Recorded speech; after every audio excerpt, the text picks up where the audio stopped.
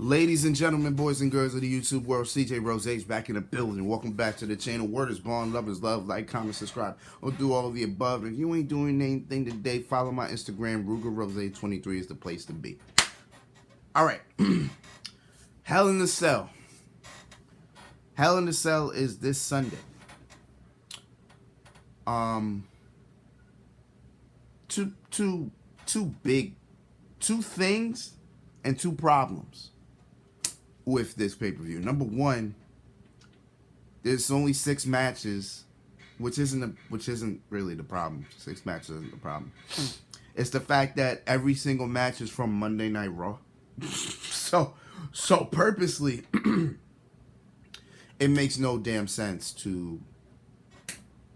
This makes no sense. That's number one. Number two, why is it called Hell in a Cell if we're only going to have one match inside the Hell in a Cell? It's like, what is the purpose of this pay-per-view if we're only going to have one match that's going to be in the Hell in a Cell? I mean, regardless, 6 matches. Let's do this. All right. So we're going to start off with Ezekiel versus Kevin Owens. This has been going on legit literally since WrestleMania, the Raw after WrestleMania, where Ezekiel makes his debut. Ezekiel is, of course, the former Elias. They are trying so hard to convince you otherwise. I'm not mistaken, I believe this is their first match together, because they've been doing this run around for months now, and I believe this is their first match together, which is pretty interesting. I'm surprised they held it for this long. It's on a pay-per-view, so that's good.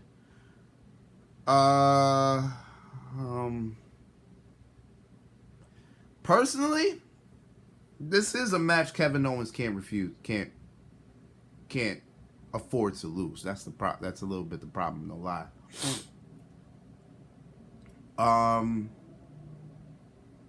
Yeah, Kevin Owens can't really lose this.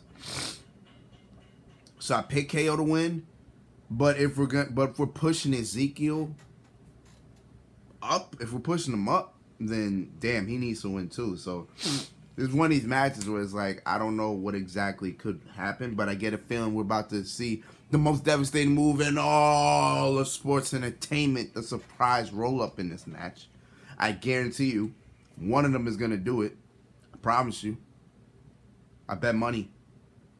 I'm not betting money, I'm broke. Okay. We don't do that over here. we don't do that over here.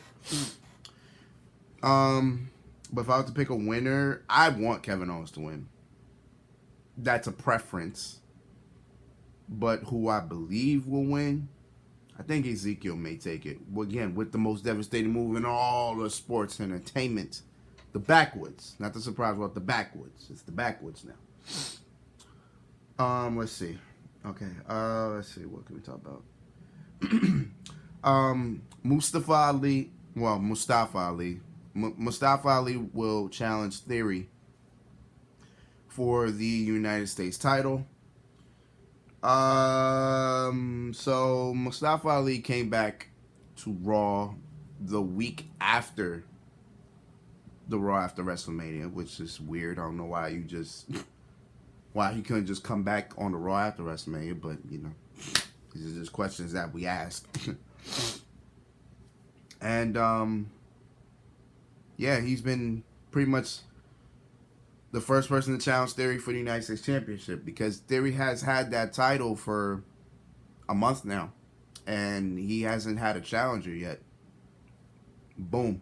You pick somebody who just came back. you pick somebody who just came back, got no momentum, needs all the momentum in the world, and you just throw him to probably one of the hottest guys on the roster. Yeah, that's just that works. Like, yeah.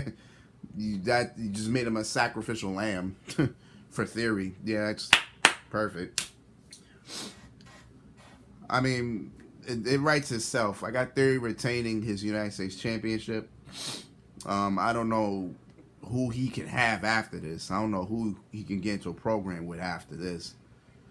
But yeah, Mustafa Ali loses, and I don't know what happens to him after that.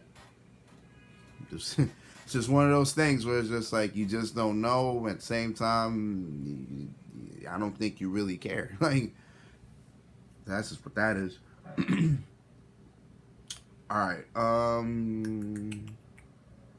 I guess I'll get into it. Bobby Lashley, the almighty Bobby Lashley, will be in a 2-on-1 handicap match against MVP and Omos. I really thought this Bobby Lashley Omos rivalry would have been dead by now. I really thought the steel cage match was just the end of it. No, we're still continuing with this. Like Bobby Lashley isn't a legit contender for titles here. No, we're just gonna put him in front of the tallest guy in the company, and the fact that he's actually not really that great because he's limited to a lot. So let's just continue to put him in front of there. Oh, let's make it an incentive. Let's give him MVP. Because if Lashley wins this, which I kind of have him winning, when Lashley wins this, what is Omos doing after this? What is he doing? That's the thing. It's like now, I mean, can you really put him with anybody? Can you really put him with anybody? Not really, because you don't got a lot of big men on that roster no more. Yeah, there's not a lot of big guys. I mean, there's Veer, but Veer's a heel, so it wouldn't make sense to put those two together. There's not a lot of big guys on that roster, so what the hell? What purpose is Omos really serving here? like God, I just really think about it. Like Lashley works because Lashley's not a big guy, but well, he's jacked. You know, he's brolic. You know what I'm saying? He's strong, so I guess that's that. But after Lashley, who else is there? You know what I'm saying? So when Lashley wins this, and I got Lashley winning this. Like if Lashley loses, then God, what the hell does he do after that? So I just hope this is the end of it. Lashley wins, moves on to titles. I'm really thinking he should beat Theory's next opponent, but damn, that would I don't want to do that. That's a great contender to be around, but at the same time, it's like, oof, I don't like that for Theory. I don't like that for Theory. But yeah, I got Lashley winning. That's about it for me. Judgment Day, which is comprised of Edge, Damian Priest, and Rhea Ripley. They will be in a mixed 6-person tag against Liv Morgan, Finn Balor, and AJ Styles. So this all started with Edge and AJ Styles. They had a match at WrestleMania, pretty good match. Damian Priest made an appearance at WrestleMania. And then Damian Priest and Edge became a thing. And then Rhea Ripley joined them at WrestleMania Backlash. So it became more of a thing. And here we are. It's Judgment Day. Rhea Ripley just recently turned heel against Liv Morgan. So they're continuing their thing. And of course, Damian Priest and Finn Balor had a thing. So they were doing that. So it's like 3 rivalries in one. And I'm fine with this. I'm cool with this. This should be a really good match. Here's the problem that I'm having, though. I got Judgment Day winning. Now, in a sense, you wouldn't think that's a problem. Because it makes sense. Why would you not have them win? The problem that I have with them winning is that the three Styles, Balor, and Liv lose all their momentum if they lose. And they got to start from day one. Because AJ Styles has lost both matches against Edge. Both. So he needs to win desperately. He needs to win desperately. Finn Balor has been up and down with his. He was just United States champion like a month ago. And since then, I don't think he's really won much. And Liv has been... Well, Liv recently got a win against Rhea Ripley this past Monday. So, with her, she's like borderline at this point. So, honestly, AJ, Finn, and Liv needed a lot. But Judgment Day needed more to establish themselves as a powerful stable. Now, personally, I don't know how far this group goes. Like, there's supposed to be one more member there, and Ciampa's name has just been ringing when it comes to this group.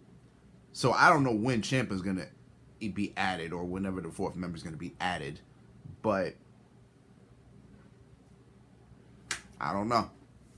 But I think Judgment Day would benefit more from this win than Styles, Balor, and Liv do as a unit. Because them winning, the others winning, would be a benefit for... It's a collective win, but separately they all need wins. So, I guess in that regard,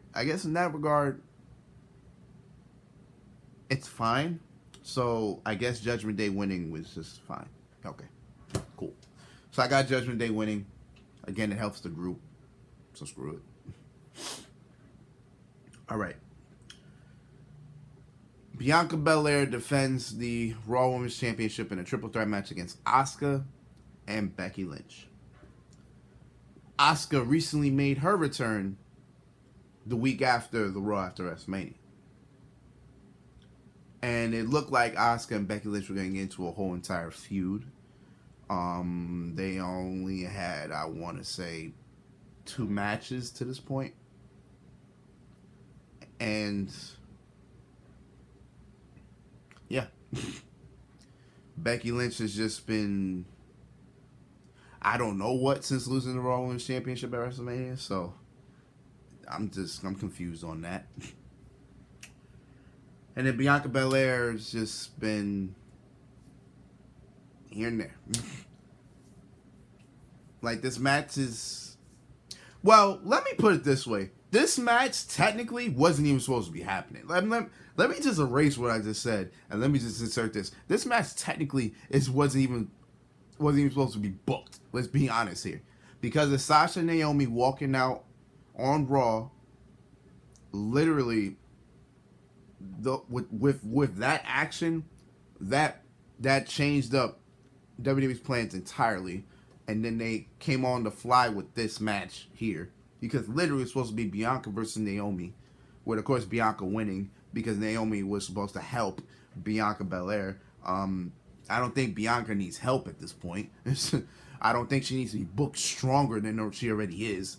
So I don't know what type of purpose that match would have served. So I'm actually glad that's not happening. But at the same time, with the transition of that, with Sasha and Naomi walking, it made a different match, because that was supposed to be a 6-pack challenge to determine the number 1 contender for Bianca Belair. Instead, it changed up to Asuka versus Becky. Asuka won, and it was just going to be Asuka versus Bianca Belair. I would have been cool with that, because I believe before they had their one-on-one match maybe 2 weeks ago. Yeah, 2 weeks ago, or... Well, actually, they had a match last week. Or this past Raw. before they had those type of matches, that would probably have been their first time ever, and I would have been a little bit better with that. But instead, they want to insert Becky in this situation, and boom, Becky Lynch is now part of it. So now it's a triple threat. I don't know what the purpose. I don't know what the purpose is to serve when she is in it, but hey, I guess you just want to give Becky Lynch something to do. Because clearly there's no other woman on the roster that could stand up that is on her level. I don't know. But, listen, I got Bianca winning wholeheartedly. Bianca retains. Like, I guess she pins Becky at this point. Because I don't think... You don't pin Asuka clean. Not yet. Because Asuka's still relative... I mean, she returned about a month ago. So, I wouldn't pin her clean yet. So, I don't think Asuka gets the pin here. I think Becky does. If that's the case, I'm cool with it. It works for me. It works for me. It works for you. But I got Bianca retaining. Simple as that. All that leading into the main event. The only match to be contested inside Hell in a Cell. It will be Rollins Rhodes 3. Seth Rollins versus Cody Rhodes. Now I said, personally, this match can't happen inside Hell in a Cell because Hell in a Cell is kind of like personal. Like it's like it's the way to end a match, right? It's the end all be all. That's what the Hell in a Cell is supposed to be, right? Well, not only did Seth make it personal, but now here we are. You know what I'm saying? Here we are. My one problem with this is why is like Cody challenged Seth into this match.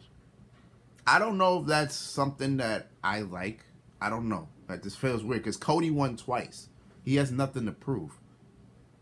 But Seth made it personal, so I guess in that sense it's like, because Seth beat the hell out of him the week before this match was announced. So I guess in that sense it's like, okay, he made it personal, so screw it. Here's the thing. Does Cody beat Seth Rollins 3 straight times? Because I was convinced Seth was going to beat Cody at Backlash. I was convinced. Only because if you want to make this a trilogy, each man got to get a win. Cody's beat him twice now. Twice straight. So now it's like, do we really want Seth to lose 3 straight times? And if he does, what the hell does he do after that?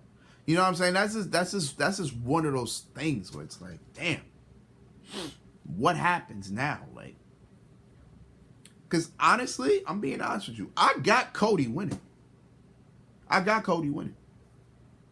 Because if you're telling me Seth and Cody are going 3 times, they're going to be in a trilogy. Cody's won 2 of them. I got Cody winning. This gives him all the momentum he needs to be close to a shot at the title. It's the only thing I can really sit here and say. Because you beat one of the best in the business. Seth Rollins is still one of the best in the business, no matter what. So, with that being said, I got Cody winning. It's weird. It's crazy. But I got Cody winning. Because Seth Rollins is about to lose 3 straight pay-per-view matches. That's a little bit, that's disheartening. And troubling as well. Because if Seth loses, well, when Seth loses to Cody, where does Seth go from there? You can't put Seth in any program. You can't put him in any title program. Hell no. Why would you?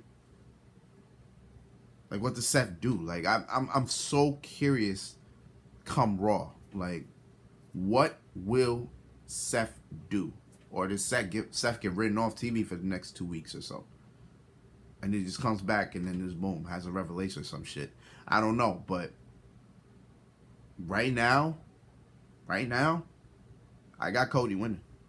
Cody's gonna beat Seth 3 times.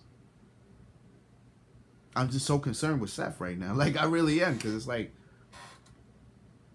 Seth is top 5 in WWE. Top 5. Where does he go from here if he loses 3 straight matches? Now, if Seth wins, well, Seth can't win because that just fucks up all the momentum for Cody. Like, you can't do that. So, obviously, Cody has to win here. Especially if you're trying to make him one of the next challenges for the title, then Cody has to win here. Boy. Yeah.